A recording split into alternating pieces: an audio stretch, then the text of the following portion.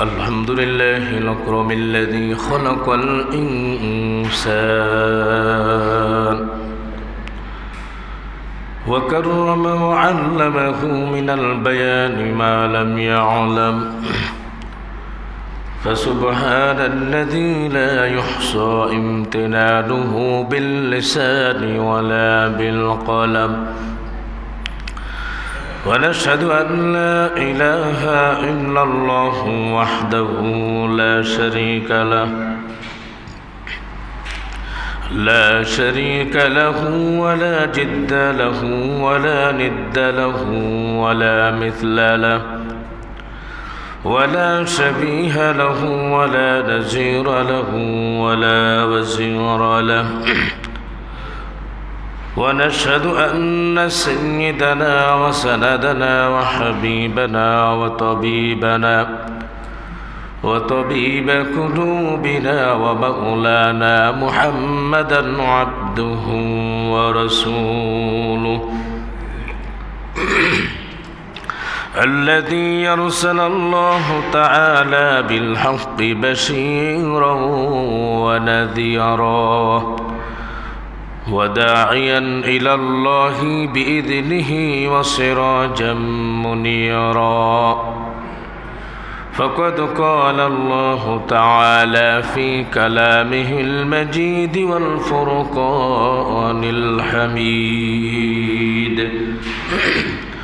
সকলে আমার সাথে সাথে অন্তর উজাড় করা ভালোবাসা দিয়ে পড়ুন আউযু বিল্লাহি মিনাশ শাইতানির রাজীম বিসমিল্লাহির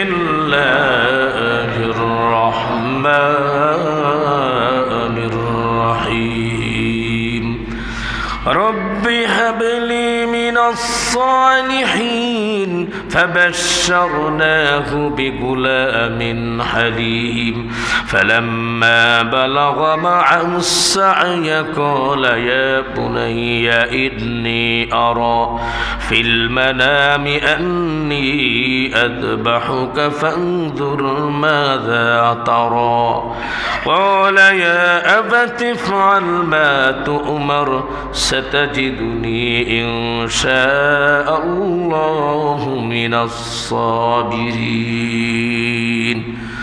وقال النبي رسول الله صلى الله عليه وسلم إن الله لا ينظر إلى صوركم وأموالكم ولكن ينظر إلى قلوبكم وأعمالكم وقال الله تعالى في شان حبيبه ومحبوبه ومعشوقه مخبرا وآمرا إن الله وملائكته يصلون على النبي يا أيها الذين آمنوا صلوا عليه وسلموا تسليما اللهم صل على محمد وعلى آل محمد كما صليت على إبراهيم وعلى آل إبراهيم إنك حميد مجيد اللهم بارك على محمد وعلى آل محمد كما باركت على إبراهيم وعلى آل إبراهيم إنك حميد مجيد أبا سلطان مدينة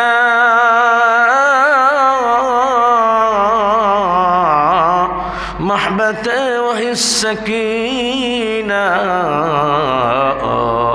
نور سے مع مرسینا مشک سے بہتر فسینہ بلغ العلا بکمالہ کشف الدجى بجمالہ حسنت جميع خصاله صلوا عليه وآله محبت जिगर करे لا إله إلا الله لا إله إلا الله لا إله إلا الله إلا الله লা ইলাহা ইল্লাল্লাহ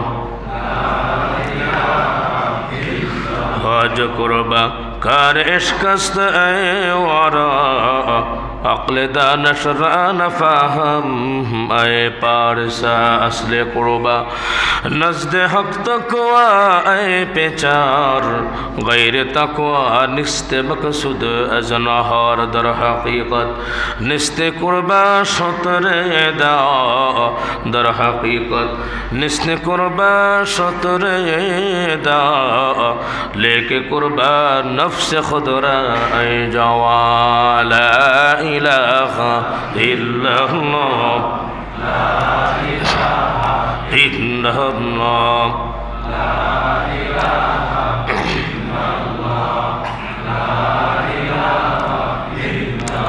لا إله إلا الله محمد رسول الله সাল্লাল্লাহু আলাইহি ওয়াসাল্লাম। আলহামদুলিল্লাহ। উপস্থিত ঐতিহ্যবাহী বাইতুনুর জামি মসজিদ কমিটির সম্মানিত সদস্যবৃন্দ, আমার চোখের মনে মাথার তাজ হযরত ওলামা ইকরাম, হুফাজ ইকরাম, দূর দূরান্ত থেকে এলাকা থেকে আগত দিনদার ইমানদার মুত্তাকি ফরেজগার ভাইয়েরা, সম্মানিত মুরব্বিয়ান ইকরাম, মুরব্বিয়ান আওয়াম, কলিজার টুকরা সম্মানিত যুবক ভাইয়েরা, পর্দার অন্তর আড়ালের মুহতারামা মা ও বোনেরা, আমরা আল্লাহ সুবহানাহু ওয়া তাআলার দরবারে অসংখ্য অগণিত শুকরিয়া জ্ঞাপন করছি যে আল্লাহ সুবহানাহু ওয়া তাআলা আমাদেরকে রহম করলেন, করম করলেন, দয়া করলেন, অনুগ্রহ করলেন, ভালোবাসলেন। ভালোবেসে আল্লাহ সুবহানাহু ওয়া তাআলা আমাদেরকে জুমার আহ্বানে সাড়া দিয়ে আল্লাহ রাব্বুল আলামিন আল্লাহ পাকের ঘরে আজকে আমাদেরকে আমন্ত্রিত অতিথি করে যে আল্লাহ সুবহানাহু ওয়া তাআলা আমাদেরকে এখানে উপবিষ্ট করার তৌফিক এনায়েত করলেন। দরবার এলাহিতে আবেগে উচ্ছ্বাসে ইমানের আওয়াজকে উঁচু করে সমস্বরে সকলেই বলছি আলহামদুলিল্লাহ। আল্লাহ সুবহানাহু ওয়া তাআলা আমাদেরকে মুসলমান বানালেন, এর জন্য শুকর আদায় করে বলছি আলহামদুলিল্লাহ। শেষ জামানার নবীজির উম্মত বানালেন, এর জন্য শুকর আদায় করে বলছি আলহামদুলিল্লাহ। সম্মানিত ভাইয়েরা আমার, এই পৃথিবীর ভিতরে আল্লাহ সুবহানাহু ওয়া তাআলা বৃক্ষরাজি, পাক পাখালি, বন বনানি যা কিছু আছে, আকাশ বাতাস, লৌহ কলম, সব কিছু আল্লাহ সুবহানাহু ওয়া তাআলা সৃষ্টি করেছেন। তার মধ্যে আল্লাহ রাব্বুল আলামিন মানুষদেরকে খুব দামি, ইজ্জত এবং সম্মানিত করে বানিয়েছেন। এর জন্য আল্লাহ তাআলা বলছেন ওয়ালাকাদ কাররামনা বানি আদম, আমি মানুষদেরকে সম্মানিত করেছি। মানুষদেরকে আল্লাহ সুবহানাহু ওয়া তাআলা এই ধরাধামে সমস্ত মাখলুকের উপরে শ্রেষ্ঠ মাখলুক হিসাবে সৃষ্টি করেছেন। তার কারণ হচ্ছে আল্লাহ তাআলা বলছেন ওমা খলাকতুল জিন্না ওয়াল ইনসা ইল্লা লিয়াবুদুন, আমি জিন এবং ইনসানকে একমাত্র আমার ইবাদতের জন্যই বানিয়েছি। বলি সুবহানাল্লাহ। তো সম্মানিত ভাইয়েরা আমার, ইবাদত এমনিভাবে করতে হবে আল্লাহ সন্তুষ্ট চিত্তে। অনুষ্ঠান সর্বস্ব মানুষকে দেখানোর জন্যে, আমার পাড়া প্রতিবেশী দেখুক, আমার প্রতিবেশী জানুক, আমার আত্মীয় স্বজন দেখুক, আমি যেখানে থাকি সেই মহল্লাবাসী জানুক যে আমি কীরকম ফরেজগার, আমি কীরকম দিনদার, আমি কীরকম হজ করতে পারি, আমি কীরকম কোরবানি করতে পারি, এটা তারা দেখুক। এরকম যদি মনের ভিতরে চলে আসে শয়তানের কুমন্ত্রণায়, তাহলে আমাদের সকল আমল নষ্ট হয়ে যাবে। ইহকাল এবং পরকাল আমাদের জন্য ধ্বংসের কারণ হবে। জোরে বলি নাউজুবিল্লাহ। এর জন্য আমাদের সর্বোপরিভাবে কোরআন এবং সুন্নাহ অনুযায়ী দেখানো পথেই চলতে হবে, আর সকল কাজগুলি করতে হবে আল্লাহ সুবহানাহু ওয়া তাআলার জন্য। শুধু আমরা না, পয়গম্বর যারা ছিলেন তারাও আল্লাহ রাব্বুল আলামিনের কাছে দোয়া করেছেন যে আল্লাহ তাআলা তুমি আমাদের এই ইবাদতকে কবুল করো। আমরা আল্লাহ তাআলাকে বলবো ইন্নামা ইয়াতাকাব্বালুল্লাহু মিনাল মুত্তাকিন। আল্লাহ তাআলা বলছেন যারা ফরহেজগার, যারা মুত্তাকি, যারা তাকওয়াবান, যারা আল্লাহর জন্য সকল কাজগুলি করে, আল্লাহ পাক তাদের ইবাদত, তাদের আমলই কবুল করেন। বলেন সুবহানাল্লাহ।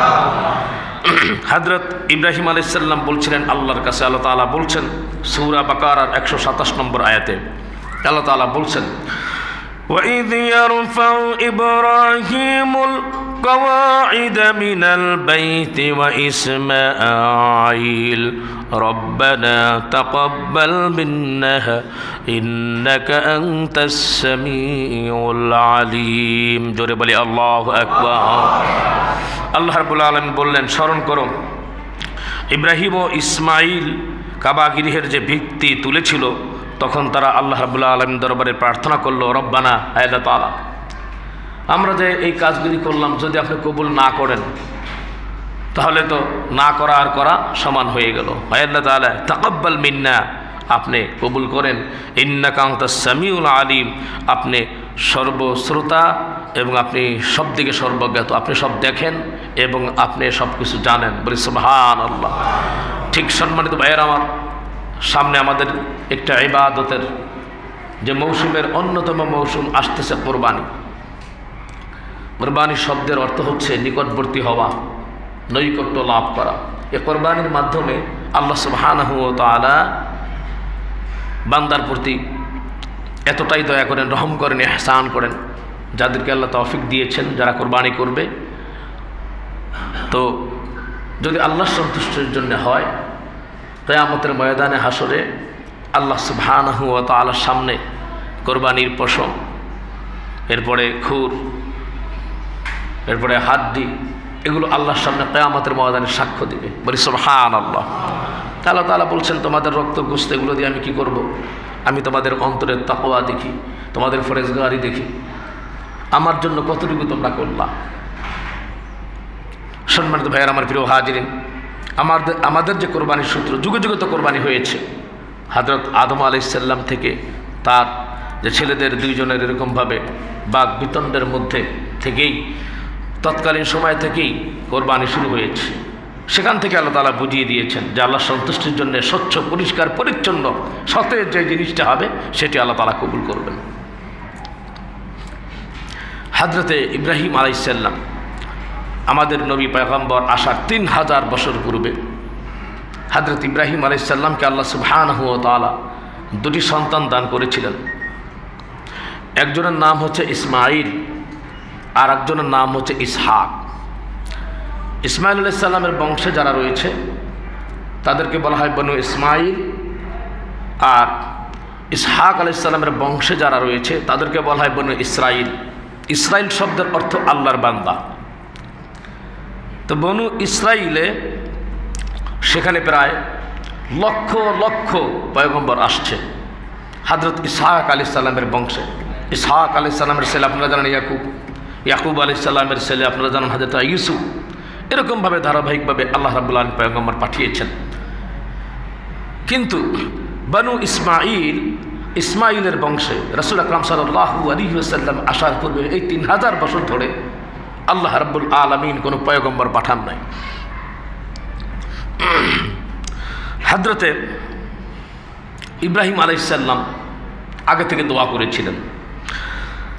হযরত ইব্রাহিম আলাইহিস সালাম বললেন, রব্বানা ওয়াজআলনা মুসলিমাইনি লাকা ওয়া মিন যুররিয়াতিনা উম্মাতাম মুসলিমাতাল লাক ওয়া আরিনা মানাসিকানা ওয়া তুব আলাইনা ইন্নাকা আনতাত তাওয়াবুর রহিম। জোরে বলি আল্লাহু আকবার।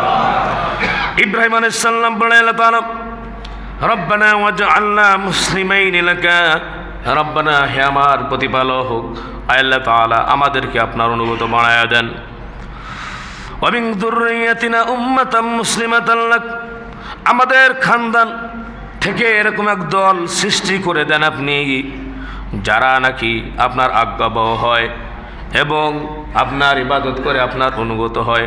ওয়ারিনা মানাসিকানা, ইবাদতের কলা কৌশলগুলি আপনি আমাদেরকে শিখিয়ে দিন, কিভাবে ইবাদত করতে হবে। ওয়াতুব আলাইনা, আল্লাহ তাআলা আমাদের তওবা কবুল করেন। ইন্নাকা আনতাত তাওয়াবুর রহিম, নিশ্চয়ই আপনি ক্ষমাশীল এবং অতি দয়ালু। বলি সুবহানাল্লাহ। তারপরে আল্লাহ তাআলা বলছেন, রব্বানা ওয়াবা'আথ ফীহিম রাসূলাম মিনহুম ইয়াতলু আলাইহিম আয়াতিকা ওয়া ইউআল্লিমুহুমুল কিতাবা ওয়াল হিকমাতা ওয়া ইউযাক্কিহিম ইন্নাকা আনতাল আজিজুল হাকীম।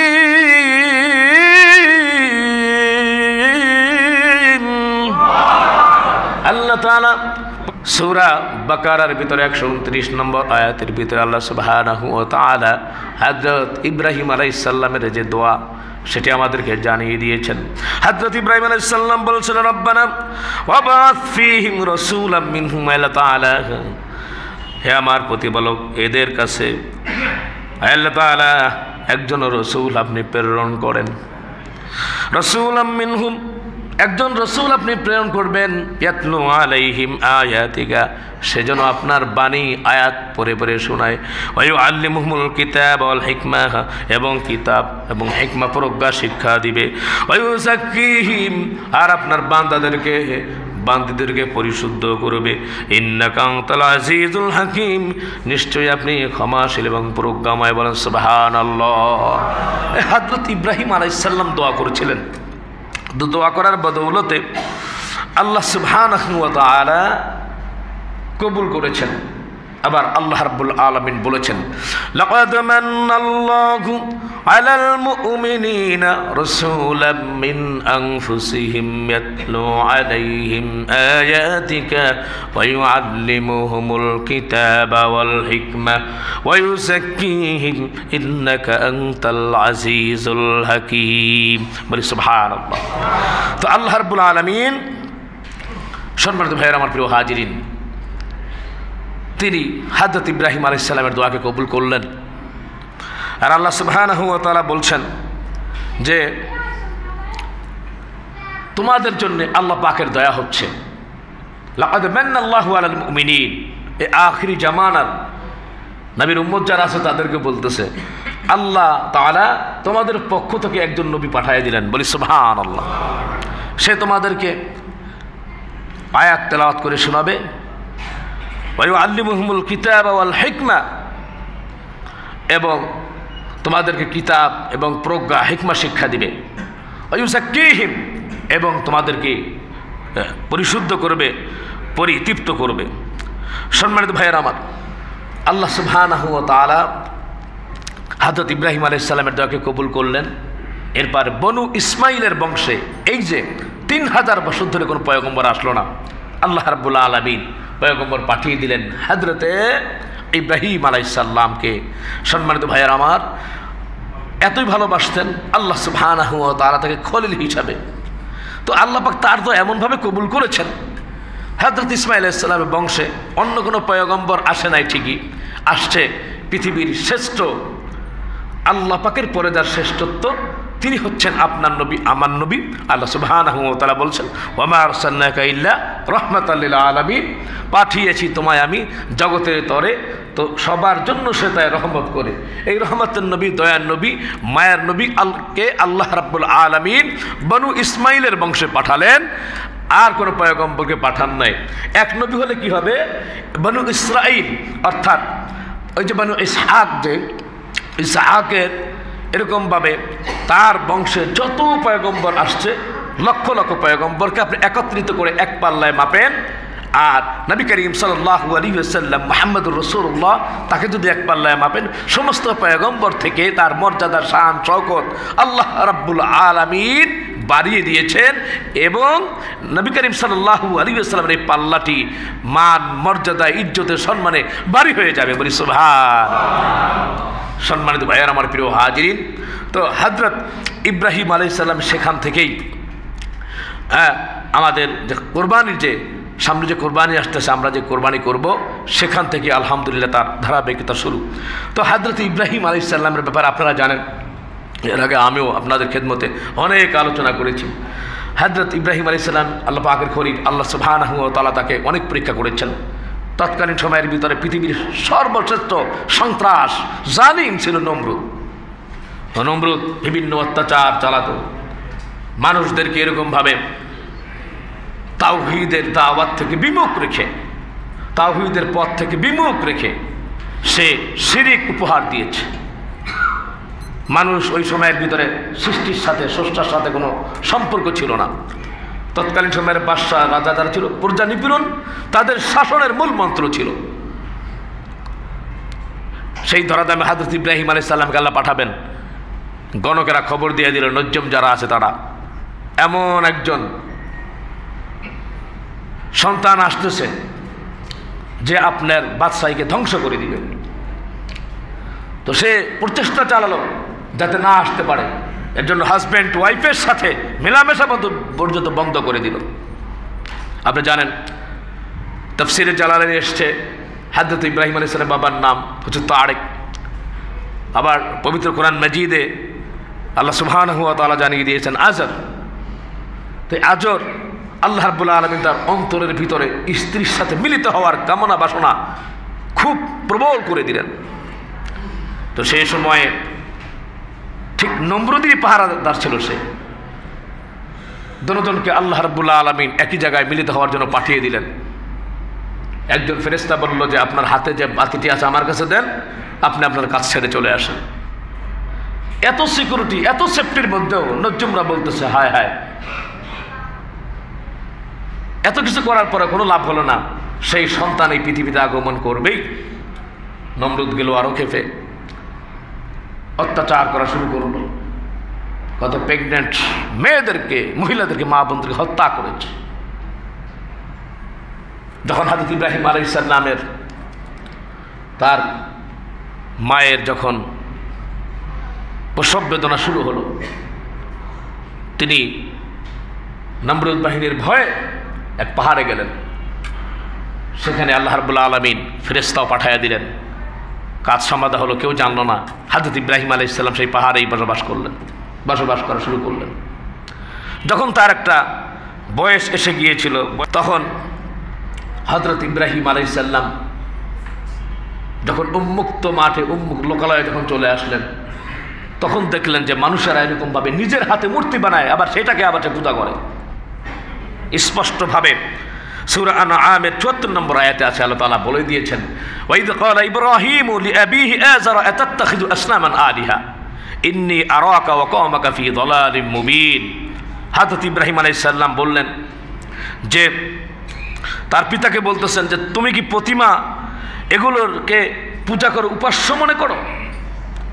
আমি দেখতে পাচ্ছি তুমি এবং তোমার সম্প্রদায় একটা ভ্রান্ত পথের ভিতরে রয়েছো। ছোট্ট একটা ছেলে, দেখেন কি বলতেছে। এখনো পর্যন্ত সে তালাশ করতেছে যে তার রবকে, সৃষ্টিকর্তাকে, পালনকর্তাকে।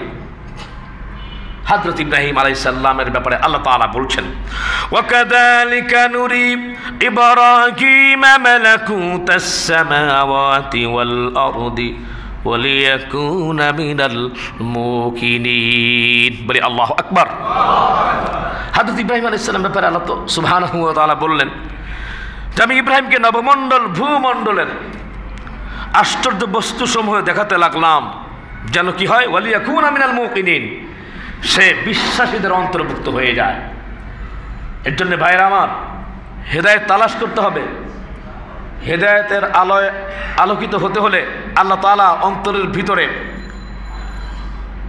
আমাদেরকে যে কলব দিয়েছেন, অন্তর দিয়েছেন, অন্তর ভিতরে হেদায়েতের যাতে এরকমভাবে লালন হয়, যাতে লালন করতে পারে, হেদায়েত চাইতে হবে। এই ব্যাপারে প্রচেষ্টা চালাইতে হবে আমাদেরকে চেষ্টা চালাইতে হবে।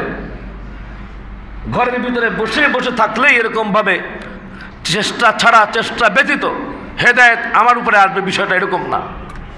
ইব্রাহিম আলাইহিস সালাম ছোট ছেলে, সে তার রবকে তালাশ করার জন্যে ছুটে গেলেন। এদিক ওদিকে তাকাচ্ছেন, ছোট মানুষের যে একটা মন মানসিকতা, সেটা তার মধ্যে ছিল। আল্লাহ তাআলা মানুষ করে তো তাকে চেষ্টা করেছেন। হযরত ইব্রাহিম আলাইহিস সালামের সামনে যখন একটা তারকা উদিত হলো, হযরতে ইব্রাহিম আলাইহিস সালাম তখন মনে করলেন, তাই মনে হয় আমার সৃষ্টিকর্তা হতে পারে, এত সুন্দর।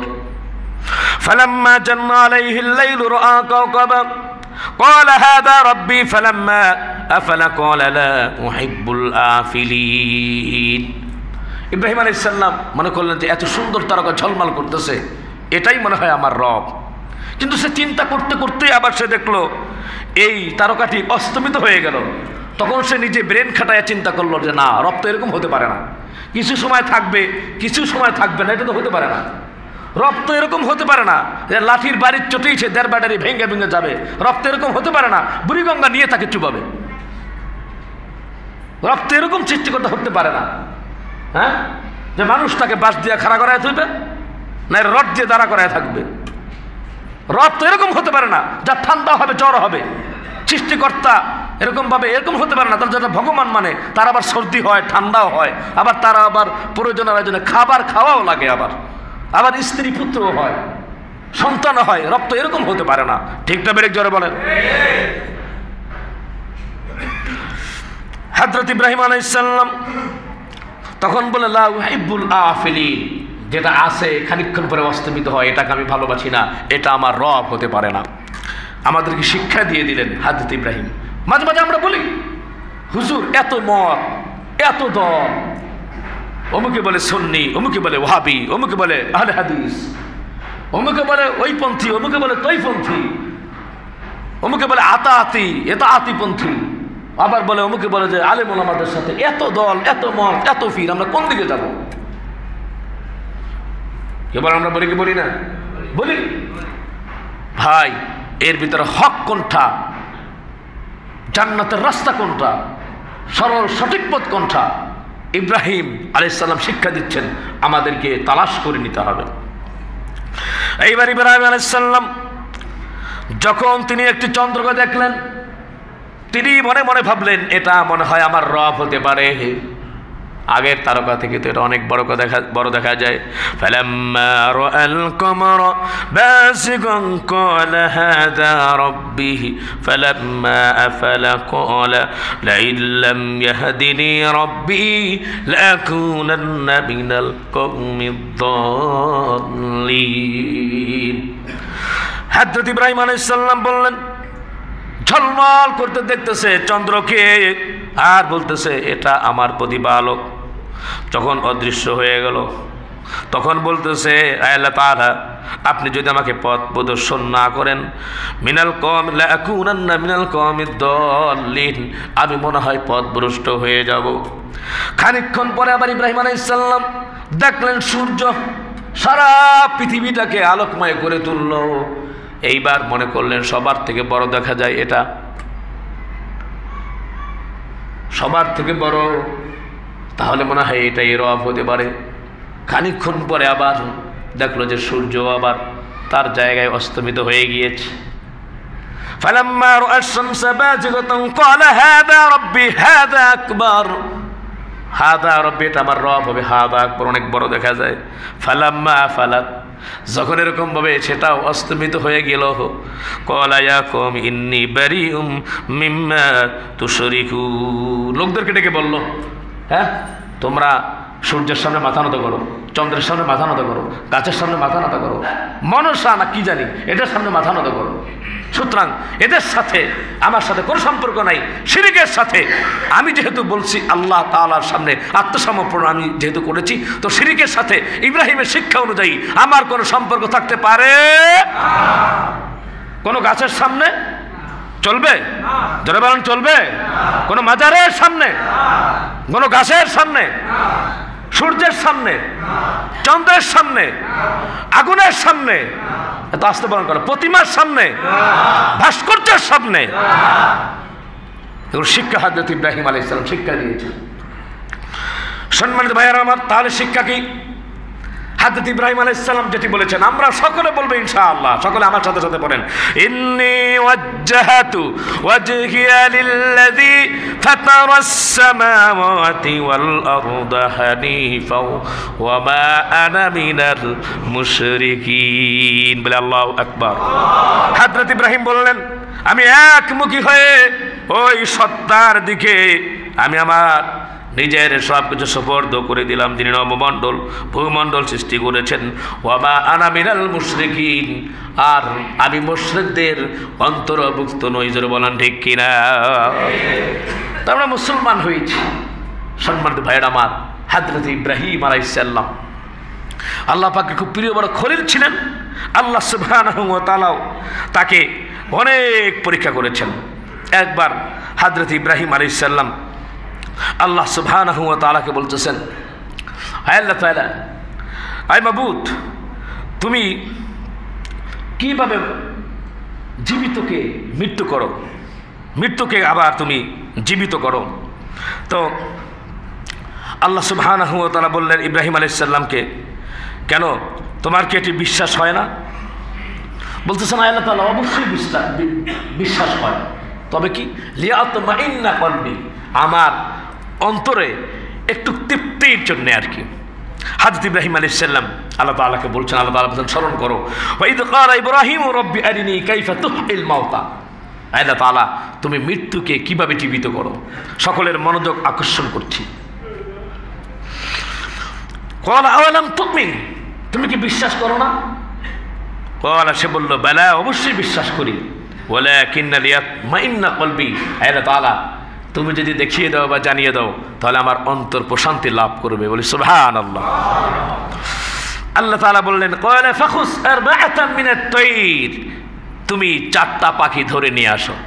আরবাআতাম মিনাত তায়র, 4টা পাখি ধরে নিয়ে আসো। ফাসুরহুন্না, এদেরকে পোষ মানাও।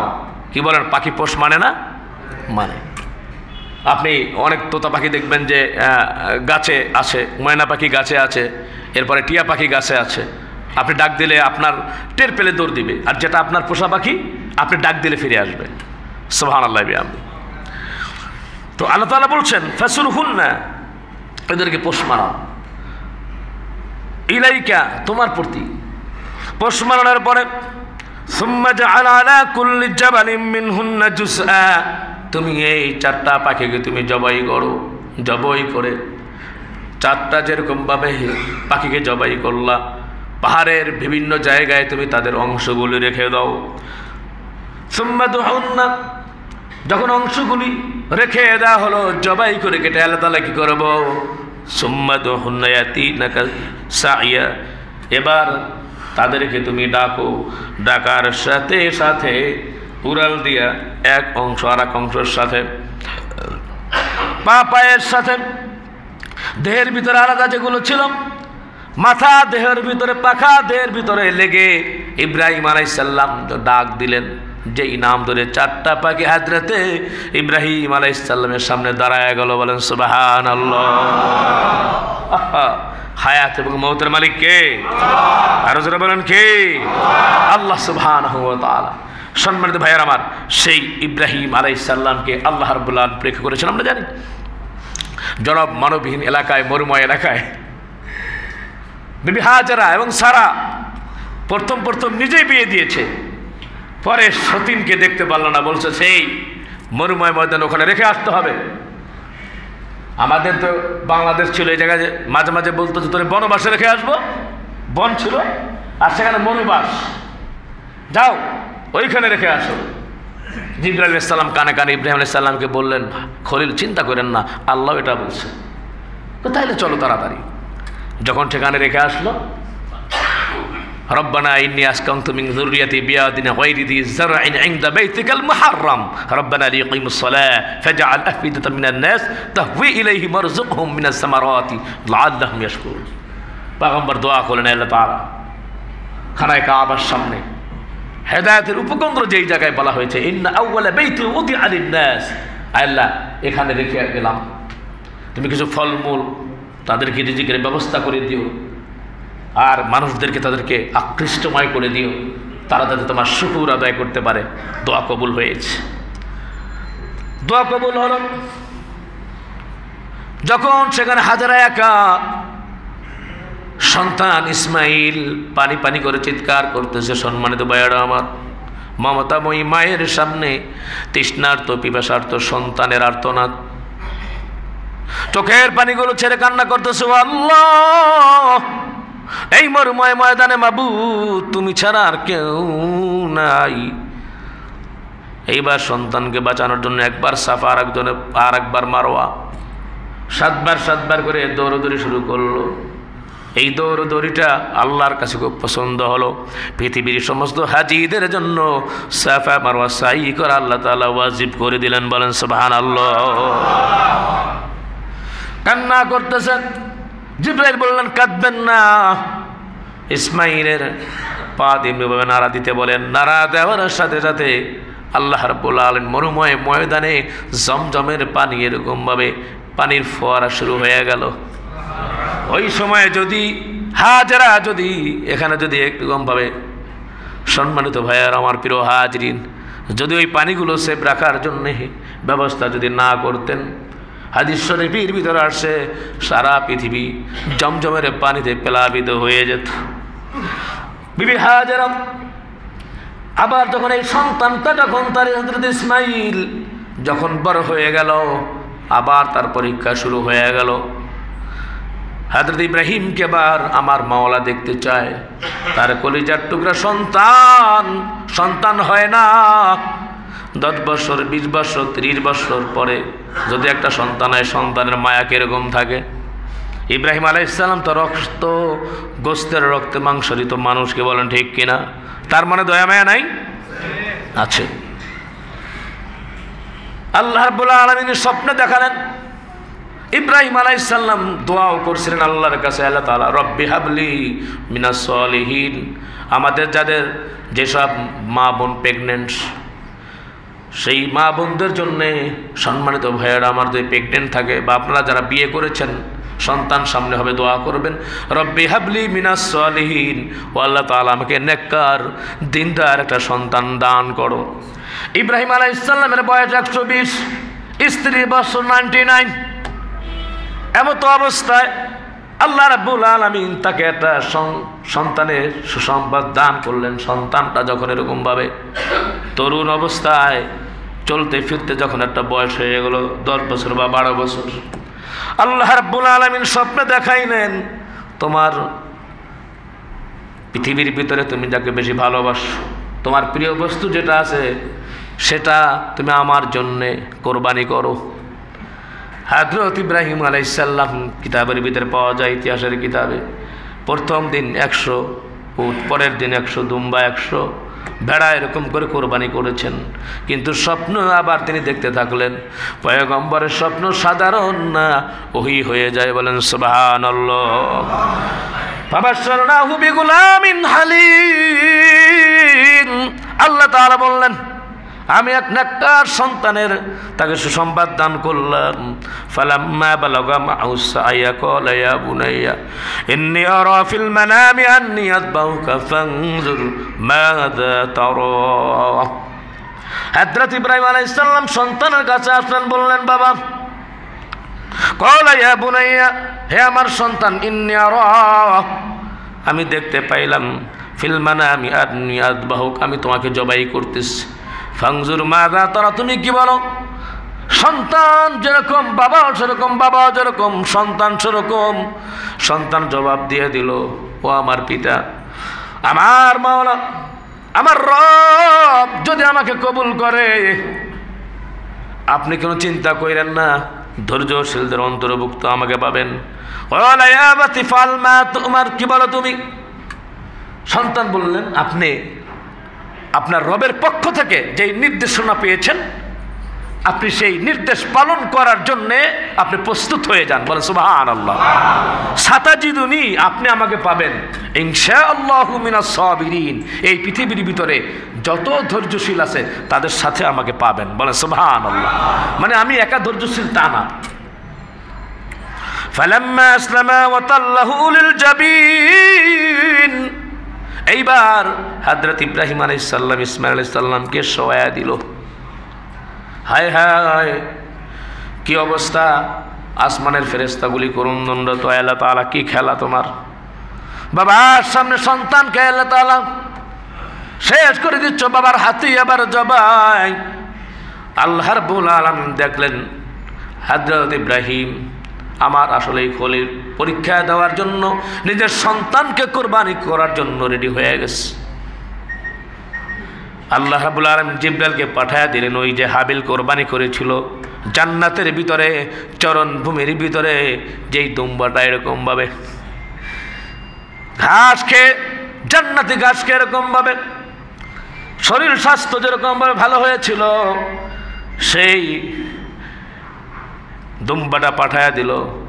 হযরতে ইব্রাহিম আলাইহিস সালাম যখন ছুরি এমনিভাবে চালাইতেছেন, ছুরি চলে না কেন? ইতিহাসের কিতাবে লেখে ইসমাঈল আলাইহিস সালাম বলতেছেন, বাবা, আমার মহাব্বতে ভালোবাসায় আপনি জবাই দিতে পারেন না, চোখটা বেঁধে নেন। বেঁধে নেওয়া হলো। জিবরাইল আলাইহিস সালাম দুম্বা নিয়ে আসতে দেখে ছুরি ধরে রেডি। জিবরাইল আলাইহিস সালাম ডাক দিলেন, আল্লাহু আকবার, আল্লাহু আকবার।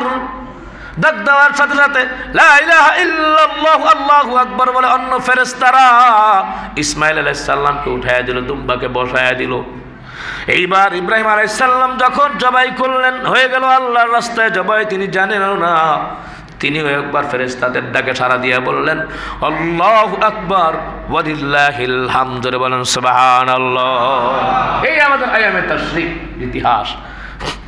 হ্যাঁ, 9 তারিখ ফজর থেকে একেবারে 13 জিলহজ আসর পর্যন্ত আমরা যেটা পড়ি আর কি।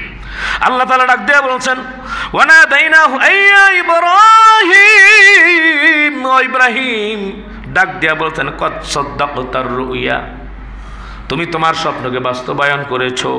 ইন্না কাযালিকা নাজ্জিল মুহসিনিন, আমি নেককার মুহসিন তাদেরকে এরকম ভাবে পুরস্কার দিয়ে থাকি। ইন্না হাযা লাহুয়াল বালাউল মুবিন, এটা ছিল একটি সুস্পষ্ট তোমার জন্য পরীক্ষা। ওয়াফাদাইনাহু বিযিবহিন আযীম, আমি দম্বা কোরবানির বদৌলতে পরিবর্তে তোমার ছেলেকে বাঁচায় দিলাম, আর এই কোরবানি সামর্থ্যবান ব্যক্তির জন্য আমি ওয়াজিব করে দিলাম। বলেন সুবহানাল্লাহ। এই আমাদের কোরবানির ইতিহাস। তো এখানেও আল্লাহ পাক দেখছেন তাকওয়া, সব কিছু আল্লাহর সন্তুষ্টির উদ্দেশ্যে আমাদেরকে করতে হবে। আল্লাহ তাআলা বলেন তারাকনা আলাইহি ফিল আখিরিন, পরবর্তী যারা আছে তাদের জন্য ওয়াজিব করে দিলাম, স্মরণীয় একটা বিষয় আমি বানায়া দিলাম। সালামুন আলা ইব্রাহিম, ইব্রাহিমের উপর শান্তি বর্ষিত হোক। কাযালিকা নাজিল মুহসিনিন, যারা সৎকর্মশীল, যারা মুত্তাকি ফরেজগার, আল্লাহর জন্য সব কিছু বিলীন করে দেয়, তাদেরকে আমি মাওলা এমনিভাবে পুরস্কার দিয়ে থাকি। বলেন সুবহানাল্লাহ। ইন্নাহু মিন ইবাদিনাল মুমিনিন, আল্লাহ তাআলা বললেন সে ছিল আমার মুমিন বান্দাদের অন্তর্ভুক্ত। সম্মানিত ভাইয়ের আমার, এর জন্যে এটা অত্যন্ত দামি একটা ফজিলত এবং একটা বরকতের বিষয়। আল্লাহ যাদেরকে তৌফিক দিয়েছেন আমরা অবশ্যই কোরবানি করব। আল্লাহ তাআলা যাদেরকে তৌফিক দিয়েছেন তারা যদি কোরবানি না করে, নবীজি বলেছেন আমার ঈদগাহে সে যেন না আসে। এর জন্য আল্লাহ পাক যাদেরকে তৌফিক দিয়েছেন 7.5 তোলা সমপরিমাণ গোল্ড স্বর্ণ আর 52 তোলার অল্প পরিমাণ আপনার রূপার মালিক যদি হয়, এটা বছর হতে হবে না, ঠিক আপনার কোরবানির দিন থেকে সে সকালবেলা ফজরের নামাজের পরে তা মালিক হয়ে গেল, তার জন্য কোরবানি ওয়াজিব। তো সেই সূত্রে দেখা যায় প্রায় আমরা সকলেই যাদেরকে আল্লাহ পাক তৌফিক দিয়েছেন, যাদের তো নাই তাদের তো আলাদা, তারা অবশ্যই কোরবানি করব।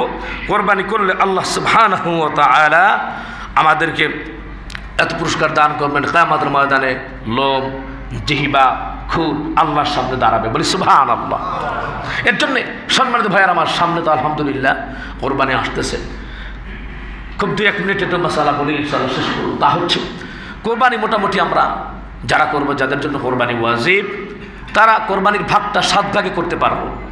যেমন 7 ভাগে কোনটা করা যাবে, আবার আপনার এই যে দুম্বা, তারপরে ছাগল, বকরি, ভেড়া, এগুলো না, এগুলো 1 ভাগে দিতে হবে।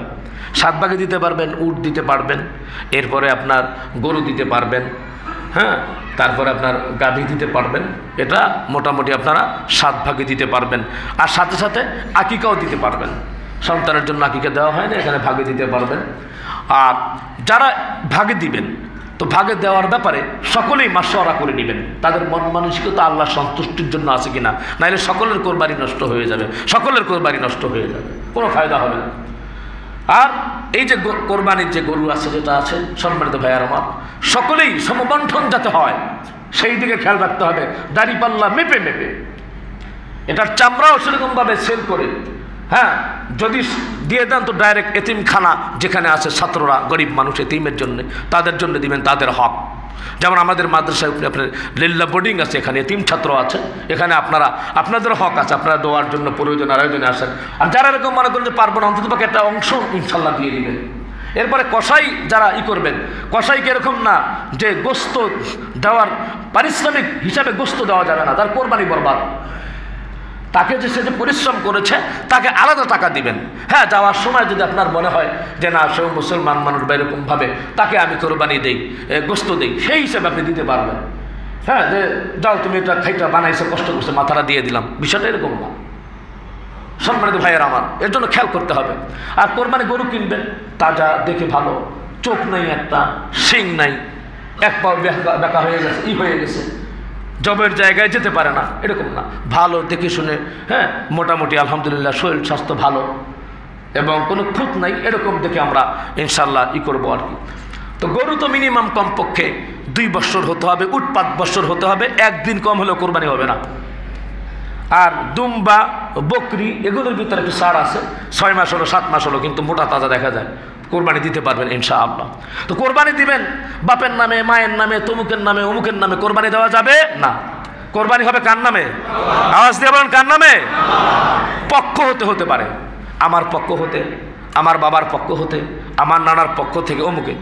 আর আমার কোরবানি হয়েছে ওয়াজিব, আমি ওয়াজিব কোরবানি না দিয়া আমি আবেগপ্লুত হয়ে আমার বাবার নামে কোরবানি দিলাম, তাহলে আমার ওয়াজিব কিন্তু আমার রয়ে গেল, আমার গুনাহগার হইলাম আমি ওয়াজিব ভঙ্গের কারণে, ওই নফলের সওয়াব বাবা পাবে। এর জন্য আমার যে ওয়াজিব সেটা আমি পূরণ করবো ইনশাআল্লাহ। আর কোরবানি এরকমভাবে গোস্ত সব ফ্রিজের ভিতরে ঢুকায় রাখবে এরকম না, 3 ভাগে ভাগ করবো মিনিমাম, 1 ভাগ নিজে খাবো, আত্মীয় স্বজনকে দিব, আর না পারলে 1 ভাগ নিজের খাওয়ার দরকার নাই, সারা বছরই তো খাইছেন মিয়া, বরকতুর লাগে একটু রাখেন। তারপর এগুলো আলহামদুলিল্লাহ গরিব মানুষ যেগুলো আছে আত্মীয় স্বজন যারা কোরবানি দেয় নাই তাদেরকে দিয়ে দিবেন ইনশাআল্লাহ। কোরবানি খাওয়ার নিয়তে একটা গোস্তের টুকরা খাওয়াতে নিয়ত করবেন, আপনি কোরবানি দিবেন না, দরকার কি আছে কোরবানি দেওয়া, আপনার কোরবানি কবুলই হবে না। এরপর আসেন কোরবানি যারা করেন না, কিপটা, পুরো কিপটা মিয়া, আপনি মিয়া ছোট লোক, আমি আপনাকে ছোট লোক বলবো, কিপটা বলবো। একজন তালিবুল ইলম মানুষ মাদ্রাসার বা মসজিদের ইমাম খতিব বাজগি আছে, জবই দিল, জবই দিতেছে, তারা হাদিয়া দিবেন কমপক্ষে মিনিমাম একটা গরুর জন্য 500 টাকা দিবেন মিনিমাম হাদিয়া, 200-100 টাকা যে দিবেন সমাজের ভিতরে ফিরে বাগে। আমি বললাম তুই বেটা ছোট লোক বেটা, বুঝা গেছে আপনার? কমপক্ষে 500 টাকা কি করবেন, একজন জবাই করলে মাদারা ছাত্র হোক যে হোক 500 টাকা করে হাদিয়া দিবেন ইনশাল্লাহ। যদি 51ভুক্ত পরিবার 7 জন হয় মিলায় দিবেন, যে 500 টাকা একজন না, যা আমি দিয়ে দিলাম না, ওই যে 500 টাকা ভাগ করবেন 7 জনের ভাগে কত করবেন, এগুলো খেয়াল করতে হবে ইনশাআল্লাহ। আল্লাহ আমাদেরকে জেনে বুঝে অনুধাবন করে আল্লাহ সন্তুষ্টির চেতে ইব্রাহিম যেরকম ভাবে কোরবানি করেছেন আমরা যাতে এরকম ভাবে কোরবানি করতে পারি। কারণ আল্লাহ তাআলা বলছেন লা ইয়ানালাল্লাহু লুহুমুহা ওয়ালা দিমাউহা ওয়ালাকিন ইয়ানালুহুত তাকওয়া মিনকুম। আল্লাহ তাআলা তাকওয়া দেখেন, ঠিক কিনা জোরে বলেন? আল্লাহ তাআলা অন্তর দেখবেন ভাইয়েরা আমার। আপনার ওই যে খুর, আপনার রক্ত, গোস্ত, আল্লাহর কাছে এগুলো যাবে। আল্লাহ পাক আমাদেরকে সামনে যে কোরবানি আসতেছে আল্লাহর জন্য কোরবানি করতে পারে তৌফিক দান করেন। আমরা সকল বলে আমিন।